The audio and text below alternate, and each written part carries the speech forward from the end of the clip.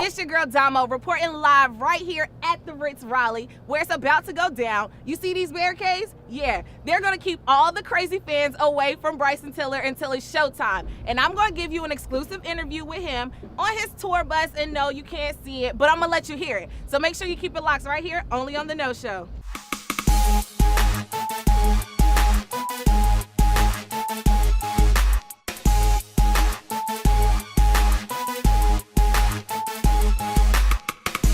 Back to what we were talking about. This whole you've been traveling from city to city, state to state. Like, I got hip to you after seeing your shows at SOB. Like, you saw that SOB. Yeah. See, I got friends everywhere. Just know that. Just because I'm in North Carolina don't mean that I'm small time. Tell him, AJ. I know everybody at RCA. I'm glad you came out. It's like the first show. Like, yeah. My first show. Like, basically my first show. Yeah. Right. Seeing all the, like, teenage girls screaming. Like, you don't even have to sing no more. Everybody's singing for you. I know, man. They be singing too loud. I mean, I ain't complaining, but I can't hear myself, so it's all good. Okay, so everybody's always talking about the inevitable, the fact that you turned down your whole signage possibly at OBO, but now you were RCA. Mm-hmm. Now RCA kind of pushed your project to come out way earlier than you were actually waiting for it to do. Do you feel like that whole push was needed? It's funny. Me and my manager was just talking about this not too long ago. Maybe I don't know. It's cool. I'm You're okay with it now, It's right? cool, whatever. Not because it's doing what it's doing, but just because like I'm ready to work on new stuff. I was over it. You know what I mean? I wanted to like put more time into it, but like I'd have just been overdoing it. I'm glad it is what it is, but you know what I mean? I mean, it has much success though.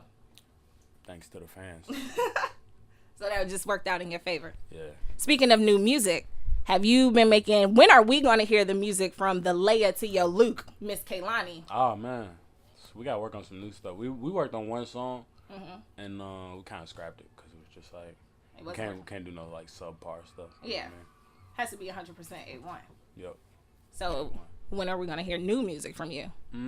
Hopefully in the summertime. Hopefully before then, man. I gotta get in the studio. It's just being on tour is like hard. You need to request a studio bus next time. Yeah. It gets kind of expensive though. Oh yeah, I forgot. This kind of comes out your pocket, huh? Yeah. Kids, man. I know. Well, kid, correct. Kid. Oh, okay.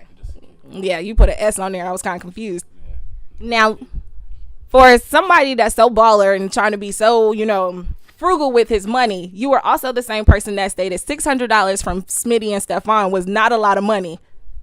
Please elaborate, because for someone who went from making $10.50 at Papa John's to being Penn Griffey, $600 is a whole lot of money. How do you know all of this? I do my research. Okay. Let them know I'm in the know, Damo. I know what's up. Okay. What was the question again? I was just so blown away that you knew that their I names. Know everything? Yeah. Okay, so in an interview, you stated that the $600 that Smitty and Stefan gave to you was not a lot of money. At this same time, you was working 3 jobs and working out of your car to provide for your daughter. How is $600 not a lot of money? I don't even remember what exactly I was saying or why I was saying that. Yeah. But I'm pretty sure that was what I was trying to say. I don't know. I can't even remember that interview. But what I was saying is I could have eventually gotten that for myself. Yeah. But I don't know, like I just needed it right then and there, and it was just like I got a daughter, like I said, you know what I mean. So it's just like, and I almost got a 3rd job. Like I didn't get the third job. Oh, you didn't get it? Nah. Okay. What happened was I was working at UPS, and I was like, okay, this is part time. I need a full time. Switched over to Papa John's. Yeah. And that you was only there for a month. I was only there for a month. And then I was working at this moving company on the weekends on my off days and stuff. Okay. And then I was hitting up Kroger. You know what Kroger is, yeah, right? I know what Kroger is. Yeah, they got some dope cakes. Like the bakery is popping. Kroger. I probably shouldn't have said it. I just ruined endorsement deals and stuff. Anyway, I went to Kroger and I was like trying to get a job. They was like, nah.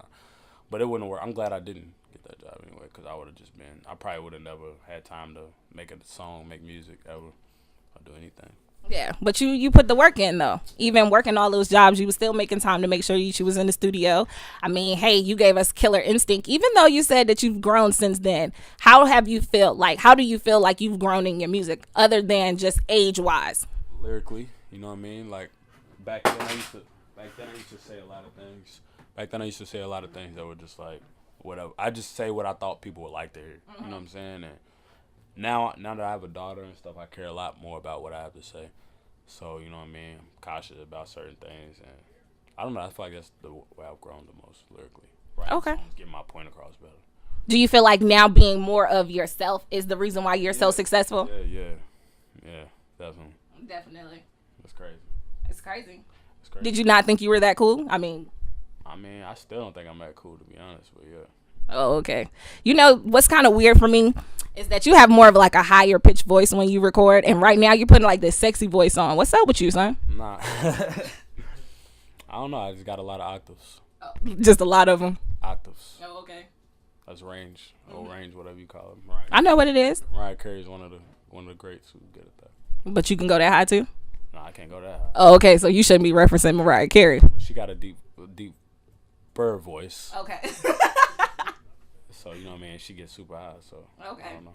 It works out in your favor. It works out. Tell me, how do you have Omarion, The Dream, and Soulja Boy as your musical influences when you first started? That is, you know how many different, that's like so different. Like I remember with him dancing, you know what I'm saying? So I'll tell you why Omarion. Yeah. And then I'll tell you why The Dream, and then I'll tell you who's the last person, Soulja Boy. Yeah. Actually, I'll do it the other way around. Okay. I'll do Omarion first because he's the first person that made me want to sing. Okay. You know what I mean? Like I heard him, the first album, his debut album, Yeah. And my uncle used to play, like, he used to play a bunch of, like, Boys to Men, 112, Drew Hill, and that stuff was kind of like, I loved it. Don't get me wrong. I loved it to death. But it's just like, whenever I heard Omarion, I'm just like, oh, this dude's kind of like in the same age, you know what I mean? Around my age. So I was just like, oh, it's like, you know, I could do it too. Like, so I just started to teach myself how to sing and stuff. Then I found out about Chris Brown, and I just started doing all that. Soulja Boy is the first person that I can relate to him so much because I feel like our stories are kind of similar. He blew up from the internet. Right. You know what I mean? MySpace and stuff. And that's one person.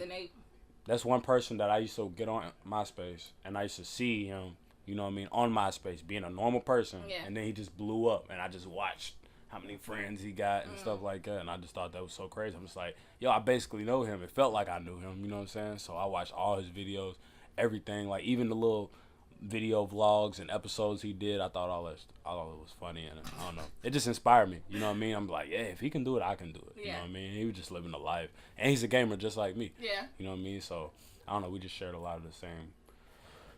And then The Dream is somebody that inspired me to want to start writing my own stuff. Like, I always wrote my own songs, but like when I heard him, I was just like, it made me like be less afraid to like sing people my songs. I don't know, I guess. So he inspired my like songwriting ability. He's also somebody you would love to collab with, correct? Yeah. Have you done it? Nah. Anyone else that you would like to collab with?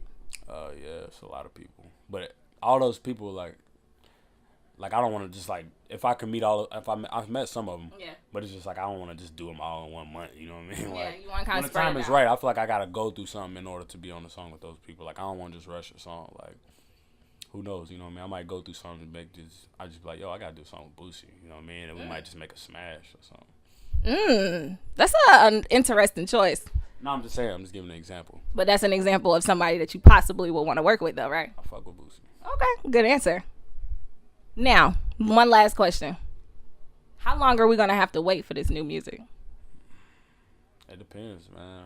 You know, it's crazy. Everybody wants me to come perform and stuff. Like, this girl was at my show last night. She was like, can you please come to our college and perform and our homecoming, blah, blah, blah, please. And I was just like, well, I am going to be on tour for like 90% of the year. Yeah. I need to make music. Not only that, but I need to go hang out and chill with my daughter. And she's just like, yeah, but still, you need to come perform. I'm just like, hey, do you want new music or what? Like, and it's in like some people complain about like how short my show is or something like that. So I'd be like, yo, y'all want me to record or y'all want me to come keep doing shows? You know what I mean? So it's like you gotta make a middle ground. All right, I have one last question. Being that we are doing this interview with no cameras and the fact that you are such a visual person, why is that? Now, I have seen in some interviews that you've stated, like, it's kind of creeping you out how people take, like, your Snapchat videos and, you know, post it like themselves, and everybody want to make it seem like they know Bryson Taylor, like, yeah, I was talking to the homie, come out to the show. Yeah. Why not for situations like this? Like, me personally, I'm doing this interview for the radio station's website. I also am a radio personality for a pop station. I was trying to utilize this interview to kind of help push you more in the market, but, you know, you don't want to do more visuals. Right. So when are we going to possibly get some kind of visuals from our standpoint? Probably never, to be honest. Okay. I probably never do a video. Maybe, but you know what I mean? I don't know. It's just like some people, it's work for them to not do any. You know what I mean? And I don't know. I just don't like being all over the internet. You know what I mean? Just mad video interviews. Like, I want one interview to matter. You know what I'm saying? Like Frank Ocean. Like one interview. He got like one video interview out there, I think. I got you.